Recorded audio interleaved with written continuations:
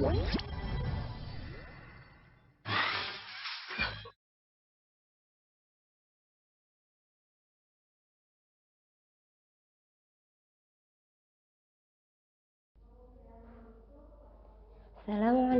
warahmatullahi wabarakatuh.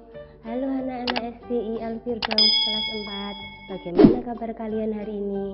Semoga selalu sehat dan dalam lindungan Allah Subhanahu wa Ta'ala. Hari ini kita akan belajar tematik. Tema 8, daerah tempat tinggalku.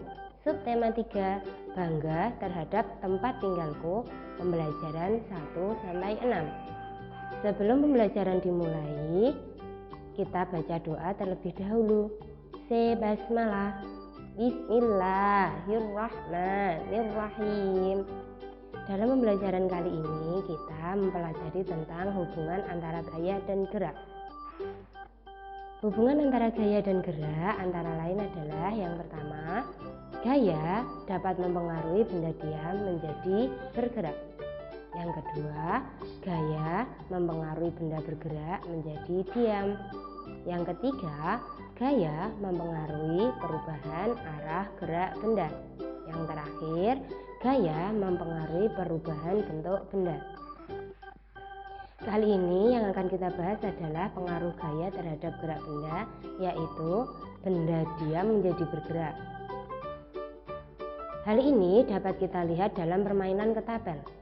Saat kalian menarik ketapel, batu mula-mula diam, dan ketika kalian melontarkannya, batu yang diam menjadi bergerak. Gaya yang digunakan pada permainan ketapel adalah gaya pegas. Selain pada permainan ketapel, gaya pegas juga digunakan pada busur panah. Yang selanjutnya, yang akan dibahas adalah seni rupa 3 dimensi.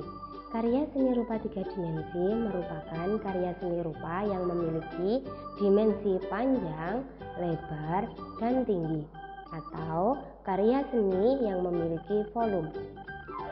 Unsur volume inilah yang menjadi pembeda antara karya seni 2 dimensi dan karya seni 3 dimensi. Contoh karya seni 3 dimensi yaitu patung, gerabah, keramik, guci, meja, dan sofa. Ciri-ciri dari karya seni 3 dimensi. Yang pertama, memiliki ukuran panjang, lebar, dan tinggi. Dapat dilihat dari berbagai arah. Yang ketiga, ruangan atau rongga bersifat nyata. Selanjutnya, dapat berdiri sendiri. Yang terakhir, lebih awet dan tahan lama. Berdasarkan jenisnya, karya seni 3 dimensi dibagi menjadi 3, yaitu 1. Benda kubistik. Benda kubistik adalah benda-benda yang berbentuk menyerupai bangun kubus dan balok. Contohnya, meja, kursi, lemari, kulkas. Yang kedua, benda silindris. Benda silindris adalah benda-benda yang memiliki bentuk menyerupai silinder atau elips. Contohnya, botol, gelas, vas bunga, mangkok, teko, guci. Yang ketiga, benda bebas. Benda bebas adalah benda-benda yang bentuknya tidak beraturan. Contohnya, pepohonan, buah-buahan, dan bebatuan. Beberapa teknik dasar dalam menggambar karya seni 3 dimensi. Kalian dapat menggunakan teknik arsir, teknik sapuan basah, teknik gosok, teknik blok, dan teknik pointilis. Berdasarkan fungsinya, karya seni 3 dimensi dibagi menjadi 2. Yang pertama, karya seni rupa murni adalah karya seni yang mengutamakan keindahan.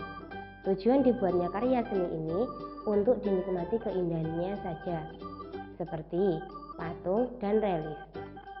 Yang kedua, karya seni rupa terapan, yaitu karya seni rupa yang lebih mengutamakan fungsi pakai dan kegunaan daripada keindahannya. Contohnya, meja, tempat tidur, kursi, vas bunga, lampu hias. Bahan-bahan yang dapat kalian gunakan untuk membuat karya seni 3 dimensi diantaranya kertas, plastisin atau tanah liat, kayu, batu. Nah, di sini Tica menjelaskan tentang cerita fiksi. Cerita fiksi adalah cerita yang bersifat rekaan atau tidak benar-benar terjadi. Salah satu unsur intrinsik dalam cerita fiksi adalah amanat. Amanat merupakan pesan moral atau tujuan yang hendak disampaikan pengarang kepada pembaca dalam ceritanya. Amanat dapat diketahui dari dialog atau percakapan antar tokoh. Selain amanat, unsur intrinsik cerita fiksi ada tema, tokoh. Tokoh ini dibagi menjadi 3, yaitu tokoh protagonis, tokoh antagonis, dan tokoh tritagonis. Selanjutnya unsur intrinsiknya adalah ada watak, alur, dan latar. Dongeng merupakan salah satu jenis karya fiksi. Ciri-ciri dongeng yang pertama adalah bersifat anonim. Anonim artinya pencipta dari dongeng ini tidak diketahui. Yang kedua, bersifat polos dan lugu. Yang ketiga, diceritakan melalui lisan atau dari mulut ke mulut, sehingga pengarangnya tidak diketahui karena menceritakannya melalui lisan. Yang keempat, berfungsi untuk pendidikan. Yang kelima, terdapat dalam versi yang berbeda-beda. Indahnya keberagaman atau karakteristik masyarakat Indonesia. Indonesia merupakan masyarakat yang majemuk, terdiri atas beragam karakteristik yang berbeda antara masyarakat satu dengan masyarakat yang lainnya. Manfaat dari keberagaman karakteristik masyarakat ini yaitu yang pertama, saling menghargai. Yang kedua, belajar bersosialisasi. Yang ketiga, belajar toleransi. Yang keempat, saling melengkapi. Dan yang terakhir, hidup rukun dalam bermasyarakat. Keberagaman yang ada di Indonesia antara lain keberagaman jenis pekerjaan. Pekerjaan yang menghasilkan barang antara lain tukang kayu, nelayan, pengrajin, petani sayur, dan peternak. Pekerjaan yang menghasilkan jasa antara lain guru, dokter, sopir, montir, polisi, pengacara, tukang cukur rambut. Keragaman karakteristik individu itu memiliki manfaat. Apa saja manfaatnya? Yang pertama, menumbuhkan sifat nasionalisme. Yang kedua, sebagai alat pemersatu bangsa. Yang ketiga, menciptakan identitas bangsa di mata internasional. Yang keempat, memupuk sikap toleransi. Yang kelima, menambah pendapatan nasional. Dan yang terakhir, sebagai ikon pariwisata. Untuk lebih memantapkan materi, kalian dapat mengerjakan tugas berikut ini. Jika sudah selesai, tugas dapat kalian foto, kemudian kalian upload di Google Drive kalian masing-masing. Atau kalian bisa mengirimkannya kepada Tica melalui pesan WA.